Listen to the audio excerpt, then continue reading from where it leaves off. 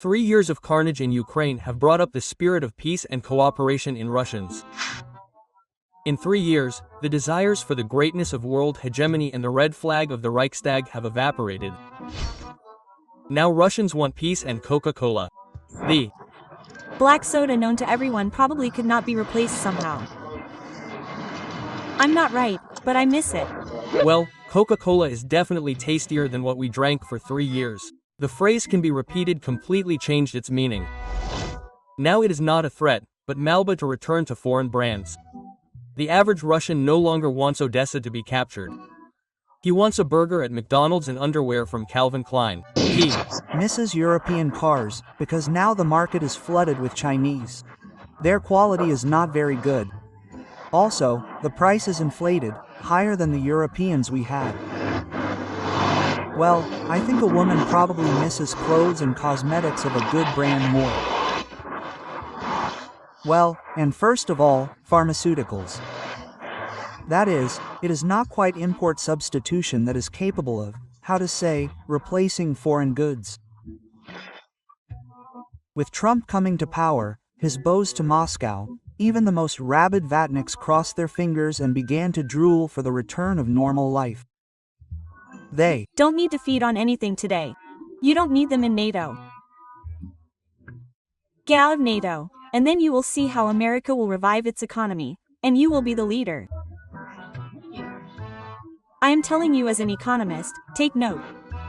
Trump, do you understand? That's it, there can be nothing else.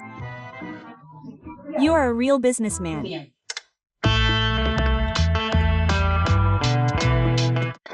No matter how propaganda tried to convince you that import substitution works, and without enemy brands life has become better, life has become more fun. It turned out that the masses are ready to return Crimea in exchange for Pepsi. How do you feel about the possible return of brands like Coca-Cola, McDonald's, ZPA? Positively. Why? Competition, quality. Well, that would be great. The quality of analogs, if we take clothes, to be honest, is a little worse than. Well, people like it, so I think they will continue to eat at McDonald's. In 3 years, Russia has turned into a country of consumer goods. It is imported en masse from China.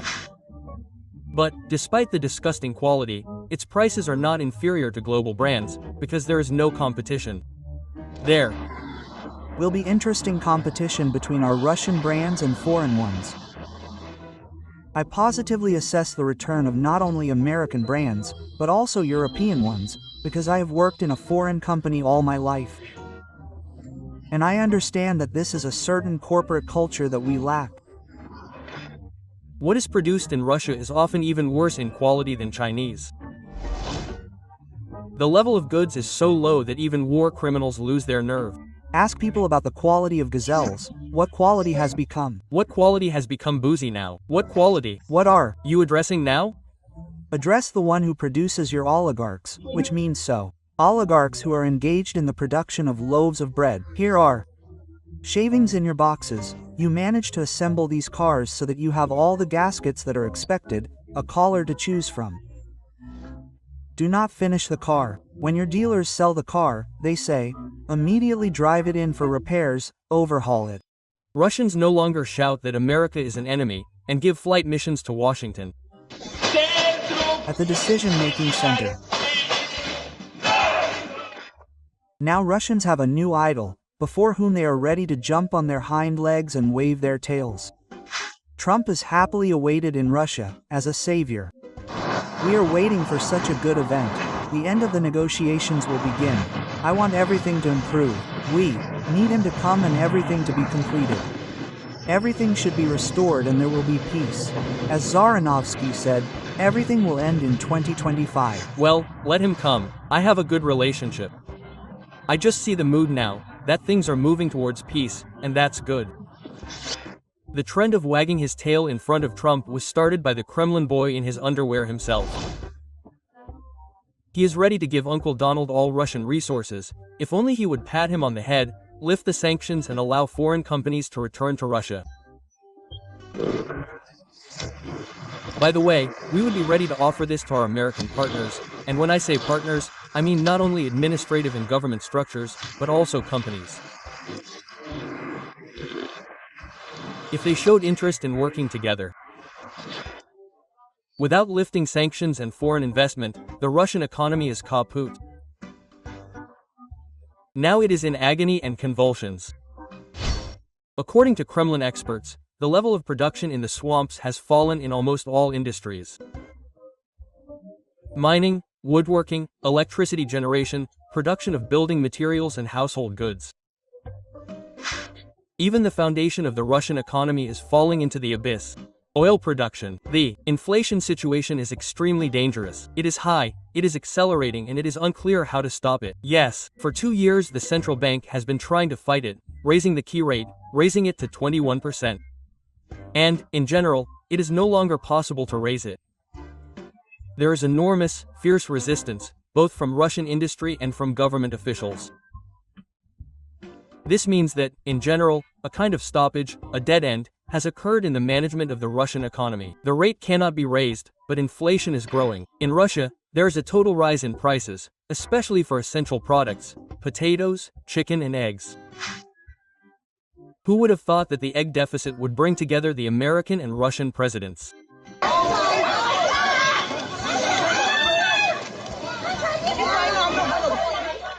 But in the US, the egg problem will be solved.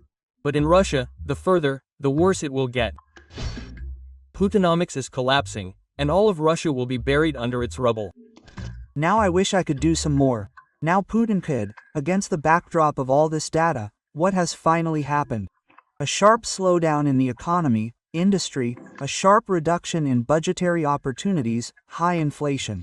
Now he could also threaten with something like 1 to 3 positions and say, yes, we will completely crush you now, yes, come on, then, accordingly, make concessions. This would be a completely different story. And here, well, Trump sort of threatened yesterday, but again, it is hard to believe in the sincerity of his intentions. Of course, it is hard to believe in Trump's sincerity, but the Russians have no other hope.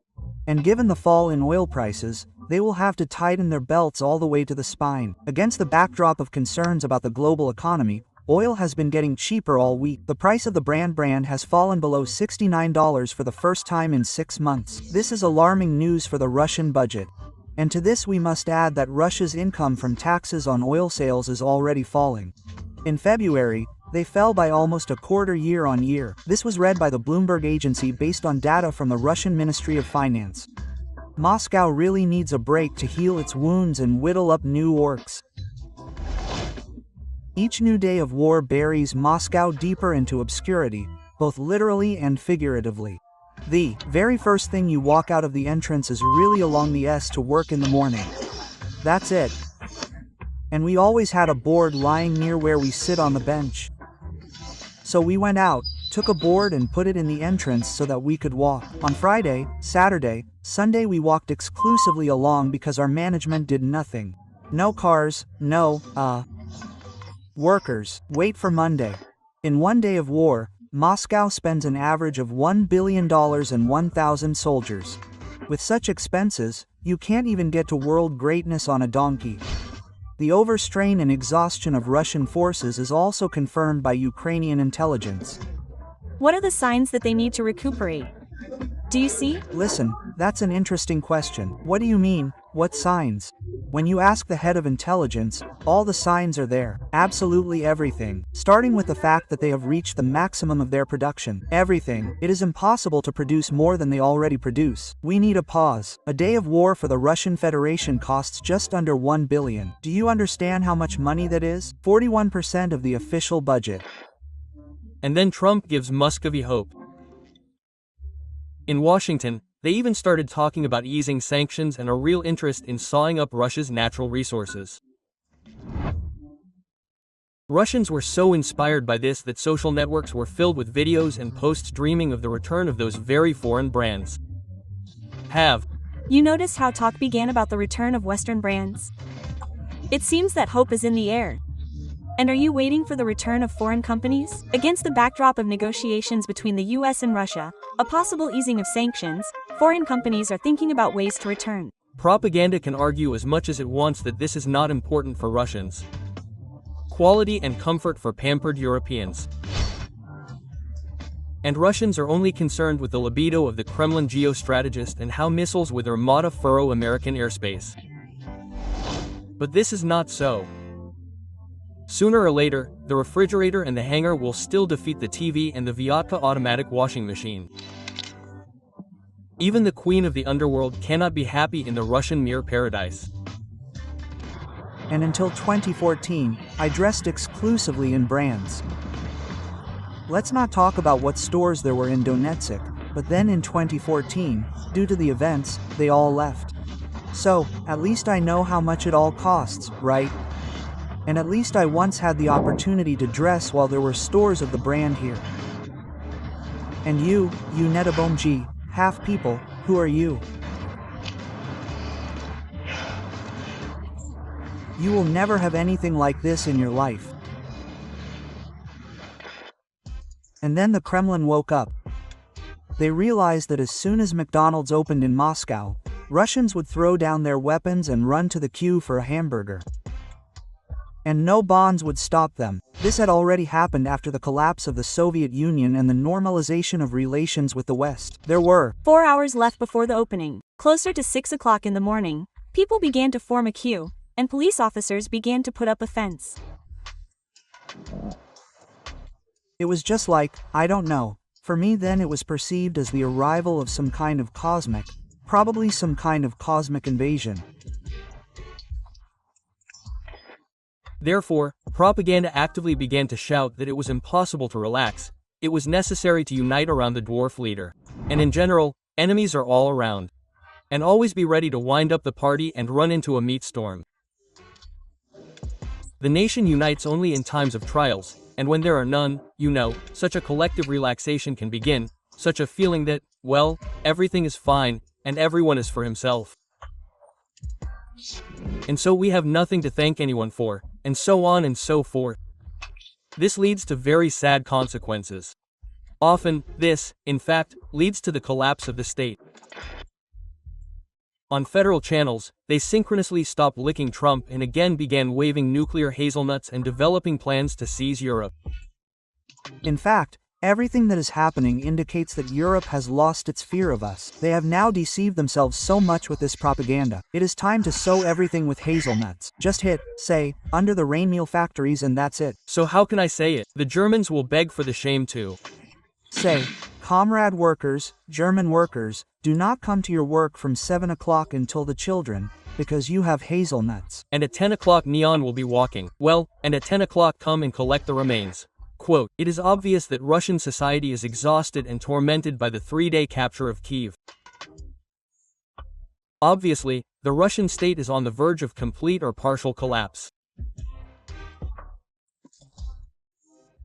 Obviously, the Kremlin understands this, so they want a truce, but with the sole purpose of rearming, strengthening the economy and going on the attack again. But for this they need even more orcs. And this is already a problem, because the orcs do not want to fight. They want Starbucks to return. And when they return, the god-bearing people will finally forget about traditional values in their joy. So the Kremlin has a dilemma, like having its cake and eating it without going to The Hague. And we ask, we demand that all those guilty of this lawlessness that is being committed against the Russian people be punished.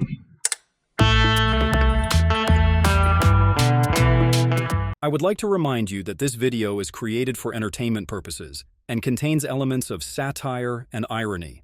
All facts and events are presented in a hyperbolized or exaggerated form to convey a comedic or dramatic effect. Our goal is not to mislead, but to highlight humor. Please take it with a smile.